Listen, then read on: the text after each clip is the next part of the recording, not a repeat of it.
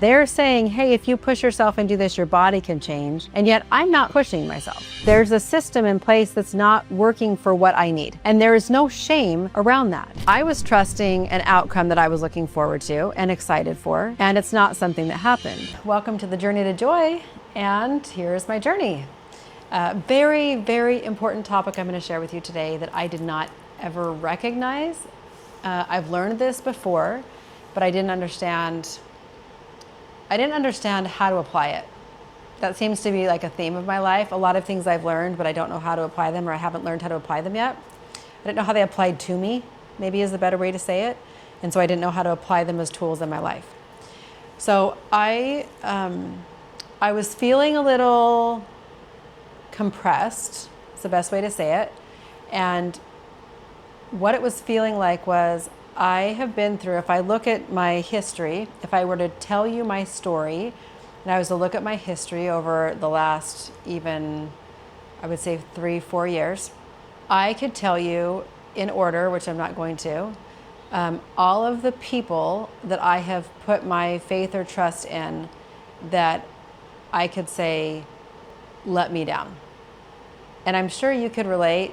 So I'm not being light when I say that, but part of me is being light when I say that, because it was never anybody else's responsibility. If you followed me this far, if you've watched any of my videos, if you've listened to any of the podcast episodes, you know that our responsibility for how we feel is ours. It's our responsibility. It's not someone outside of us. It's not something outside of us. And when we assign our responsibility to something outside of us, or the responsibility of the way that we feel to something or someone outside of us, what that does is hand them the remote control to our lives. And then we get to say, or we let them dictate how we feel, how we react, what happens to us or for us, and the steps that we can take. And that feels absolutely terrible. And so what happens when you wake up and you start realizing, okay, I'm not playing that game anymore. I'm not interested in handing anyone else the remote control for my emotions. Then what? And what's so fascinating, I'm so excited to teach you about this topic. And this is a lot of a teaching episode today, because what happens next was like, oh yeah, that's a logical step, but yet I didn't actually understand it. So here we go. I'm going to try to articulate the best that I can what I just experienced, and then teach you about this tool so that you can use it in your own life. So I was working out. Okay, I've been on my body journey to get my body in the place I want it to be. It's not where I want it to be. I love my body. I'm grateful for it. And I want it to be even more amazing and function even better than what it functions. And there's nothing wrong with that, but it's not from a shame perspective. I have gratitude for my body and I want to improve it. So what I've been doing is working out in the gym that's inside my building, which I'm grateful that I have. And it doesn't cost me extra money. It's part of living here. And so, but what's happening is this. I'm getting out for my walks. I'm going down 2 to 3 times a week to go do my lifting workouts that I've paid someone to write for me. Okay, so I have the tool of somebody else writing these workouts for me. I'm going down to do the workouts, and I'm finding that I'm not pushing myself to really maximize my potential inside the gym. Now, the next thing that happened is I sent myself down a pretty good shame spiral unknowingly, where I'm telling myself, Lisa, you've worked out for 30 years. 30 years, very consistently, I work out. And you know how to do this, and you've had trainers before, and you have these workouts in front of you, and they're saying, hey, if you push yourself and do this, your body can change. And yet I'm not finding myself pushing myself. I can't do it. Right? And so the shame spiral comes in me telling myself I should be able to do it. I should have the skills. I should want to. I should be better at it. We say that you're shoulding yourself when you go down the should spiral, because it's just a shame spiral. It's you telling yourself you're not doing it good enough, or that you should be doing it better or different, and you're not. There's no solution or positive ending to that conversation. And so in order to move myself out of that, I have to look at myself and go, okay, and the way that I'm processing that. And first I'm asking myself, why? Why do I think I'm struggling? Like, why is it hard for me to execute on the thing that I say that I want so badly? So that was the first question. And as I thought about that, I wasn't sure. And then I stumbled upon a training from my mentor, Brendon Burchard. And in this really short clip of training, what he talked about was your expectation for the future. When that is broken, then it breaks trust with you. I'm going to say that again. When you have an expectation for the future and that does not come to fruition, it does not come to pass, something changes, or there is a break in trusting for that outcome. What happens is, it's not just that I don't trust the people that I maybe placed my trust in, because I could create all the evidence in the world that says this person cast me aside, this person cast me aside, this person cast me aside, this person cast me aside. I could give you the evidence. If I wanted to mount that and tell you my story could be very convincing, that would tell you all of these people in my life used me. I'm being very harsh in my language, by the way, but our brains love to get off the rails sometimes. And with that off the rails, my brain literally was like, these people used me and tossed me away. Well, that feels like garbage. That feels like I don't have value. And that also feels like I don't know how I can trust people to not be kind to me, right? So that feels like is the problem, and it's not. That's where I was stuck. So I want to share with you where the problem actually was lying. So as I'm listening to this training from Brendon Burchard, he was talking about this break in the expectation for the future. And when that happens, you actually lose trust in yourself. And I was like, how so? That's interesting. It kind of sparked my interest. When I was trusting my judgment, I was trusting an outcome that I was looking forward to and excited for, and it's not something that happened.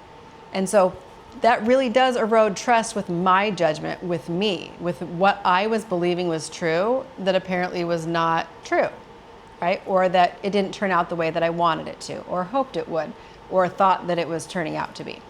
Okay, so you get those pieces now, right? So it's not about the other people, it's not about something outside of ourselves, and it is turning inward to us to say, what is it inside of me that doesn't feel very good, that's having me want to blame it on everybody else?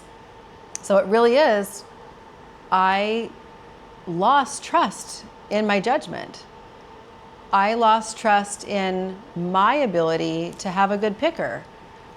I lost trust in my ability to stand up for myself and make sure that I take care of me, and that whoever it is that's in my presence and that I get to associate with will also treat me as kindly. So that being said, this next step in the process is rebuilding trust with myself. Now there's some steps to this and there's some tools to this, and so this is the other part I want to share with you. So it makes perfect sense. It was like I had the big aha moment. It makes perfect sense that if my trust was broken, that I need to rebuild it. So if you think about it, we're taking all of my experience, my life, right? And I'm just using me as an example because you've been here to experience with me what's been going on in my journey. And this is why I'm sharing it, so that you can have an example outside of yourself to maybe see something inside of yourself for you to be able to make different choices. So I broke everything down. I got rid of and stopped doing and cleared out all the garbage that wasn't serving me, wasn't helping me feel good, wasn't needing to be part of my life anymore. That included the way that I was thinking. It included some people that were in my life. It included assigning that responsibility to things outside of myself so I could feel better. And it also included speaking up and being able to use my voice because I'm valuable. You're valuable. Actually getting to that point and uncovering my worth right? And then exercising my agency. That's what I've just done, is uncovered my worth and exercised my agency. And now what's happening is, because I've taken everything down to this new base level, I do have to now begin that process of rebuilding or building what's new. Because now I'm building what's new on a very sure, solid foundation of self-worth and personal value. And I'm going to build this new foundation, or build off of that new foundation, my new behaviors and my new beliefs and my new relationships. And as I do that, I incrementally will continue to increase trust in myself at the same time. So what does that look like? So on the most easy, smallest example, when I take the gym, for instance, it's like, okay, so two things. First thing is, I'm building a completely separate business. So I don't know if you know that, and I'll let you know now. I have been selling real estate for 11 years. I love it. I still am doing work in Idaho from Hawaii, and I'm helping people move to Hawaii as well. So there's a lot still going on there. However, it is not the caliber and the volume of real estate I was previously selling. I've really slashed my income by 4/5. So like most, a lot, a big amount. Maybe, yeah, about 4/5, maybe 3/4, slash it by 3/4.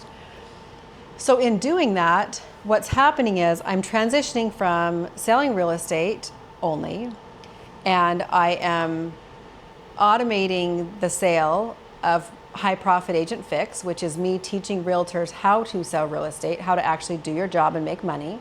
So I'm transitioning that, so it's a wonderful automated program for agents to be able to get help for $497, very inexpensive. So I'm now transitioning that. However, that company, although it's been around now for 7 years, I've been coaching in real estate, it's a baby company because I haven't put the time and effort into growing that company. So I now have this baby company, and then I have this next baby company, which is the Journey to Joy Network. And in the Journey to Joy Network, I am going to be providing affordable coaching for people to uncover their worth and reclaim their agency.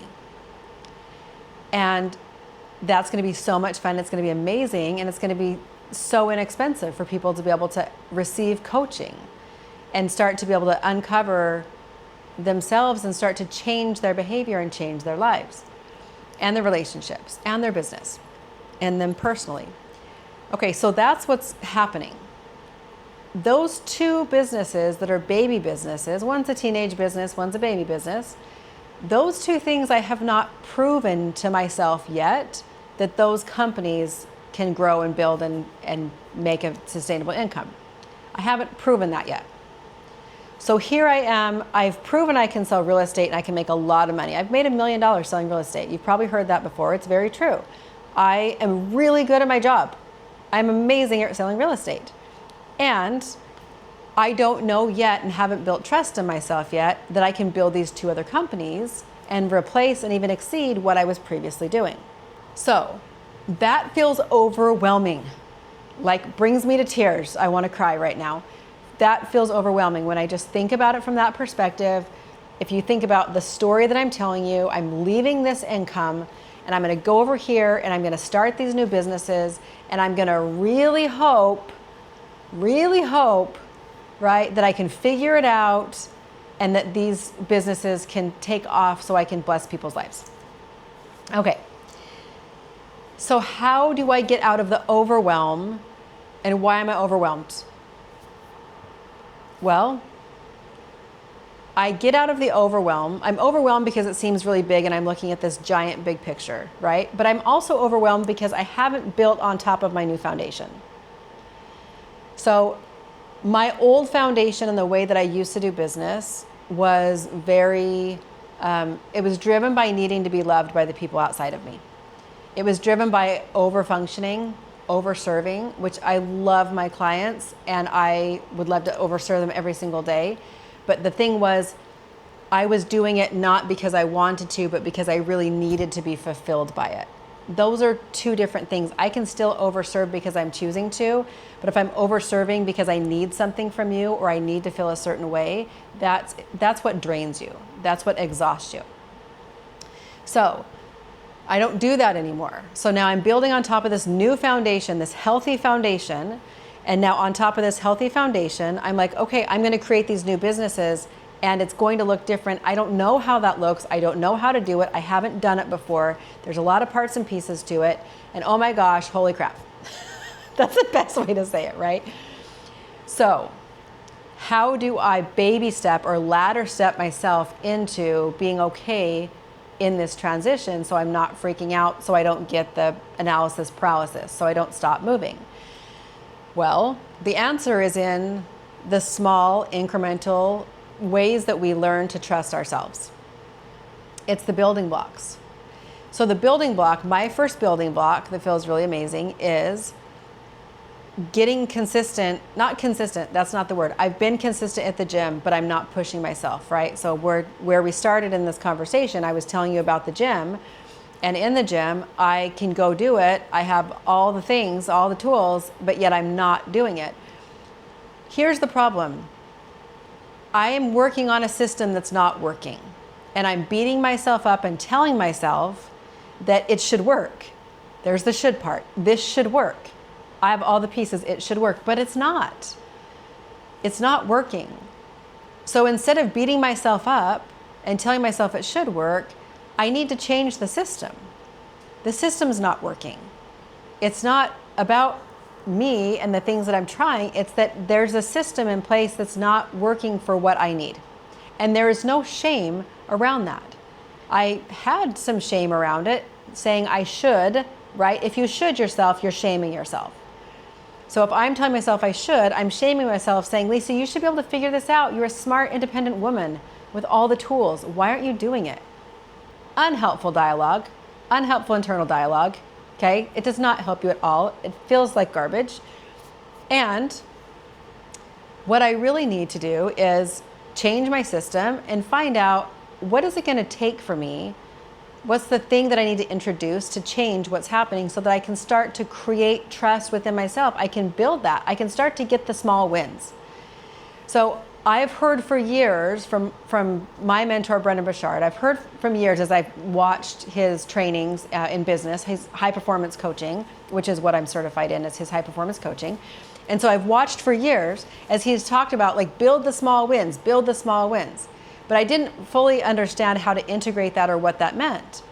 And so what I'm sharing with you right now is very simply this. I don't know how I'm going to build these businesses yet. I know I'll build them. I know I will. I don't know how yet, and it does feel overwhelming on some days. That's very true. That's very normal. And what's a win that I can start to stack now? Because I have had a lot of hits. That part is true. I'm not negating that the experiences that I've had, the people I've had experiences with, that they have hurt my heart, and that it has been, it's been a bit of a ride. Okay, and you all are on your own ride. We are all on a ride. So there's not comparison, there is validation. We are on a ride. Sometimes we put our hands up like a roller coaster and we're like enjoying the ride, and sometimes it's not so much fun. Our seatbelt's coming off and we're like trying not to fall out of the roller coaster. And it feels painful sometimes. And so I just need to start building the wins. And I thought, how do I start stacking a win so I can trust myself again and I can feel good about myself? Because the better I feel about myself, the better I'm going to feel about executing all of these tasks and things I need to do inside my business. So the answer for me was, I need a trainer in my face. I have had a trainer before. It works well for me. I'm over here saying I should do it by myself because I'm smart enough. And you know what? No. I want a trainer. I need a trainer right now. I need someone who's going to push me, who's not going to let me bulldoze them, who's going to not take my excuses, who's going to push me beyond the limits I think exist physically. Because right now I can tell myself so many stories, and so I do not push myself beyond my own physical limits like I can. I know it's in me. It is brewing. It is in me. It has not erupted yet. It's not there. So I after I listened to that training and I like put these pieces together and I thought, okay, we're taking some action, right? Like I am not a boat in a harbor. This boat is coming out of the harbor so I can start to move and be guided and I can take some action and get somewhere. I don't care where it is. I'm getting somewhere, right? Just move. Sometimes it's just move. That's it. And when you start moving, you will figure more things out along the way. So I hopped on my phone. Of course, Instagram caught my conversation with myself and with a friend. And so I start getting all the algorithm for local gyms. And I messaged a gym and I was like, do you have personal trainers? Do you have one-to-one? I don't want group. If I go do group training, I'll probably hurt myself. Done that before. I want one-on-one. I want someone who will not just hold me accountable, because I'm not terrible at that, but I want someone who's going to manipulate my body in a way that it will make progress and it will change the way that I'm desiring it to change, and to not let me off the hook. Don't let me off easy, and push my limits. I want you to push my limits. And so I had a phone call this morning and I talked to the gym and gave her all my information. And I was very specific. I was like, I am very persuasive. Do not give me somebody that I can talk into what I think that I want. I need someone who is strong, who can be able to push back against me, because I can be a force. Very true. And so knowing that, I was able to let them know exactly what my needs were, and they could line me up with a personal trainer and some options that could suit what I'm asking for and what I want my goals and my expectations to be met, and also what I want my outcome to be. So stay tuned. I meet with them on Friday. Today is a Wednesday. So I meet with them in a couple days. We are choosing, I had the choice between two different trainers. They were two completely different prices. And I had to not let that dictate my choice. So they had a trainer that was half the price, but may not understand a woman's body, especially a 45-year-old woman's body, and also won't push me to the same degree or know how to manipulate my body in order to get it to react and get the results that I'm looking for. So it's going to be hard work, but I know now what's fun about this is it has nothing to do with my business, but everything. It has everything to do with my business, because I do know that as I get in the gym and I stack the small wins of showing up for myself and pushing myself beyond my physical limits, that I will be pushing myself beyond my business limits at the same time. It's going to compound. So, message for today is this, as I'm trying to hold all the emotion back here. The message for today is we just have to start with the small wins. But the small wins are creating and building trust with us. It's not about building trust with the other people. It's about building trust with us. And I know for sure that as I build trust with me, that I can build trust in other areas. This is just the first block. This is where I'm starting. And as I build trust with myself in this one area, I can start to build trust for myself in business. And I can start to build trust for myself moving forward in other relationships.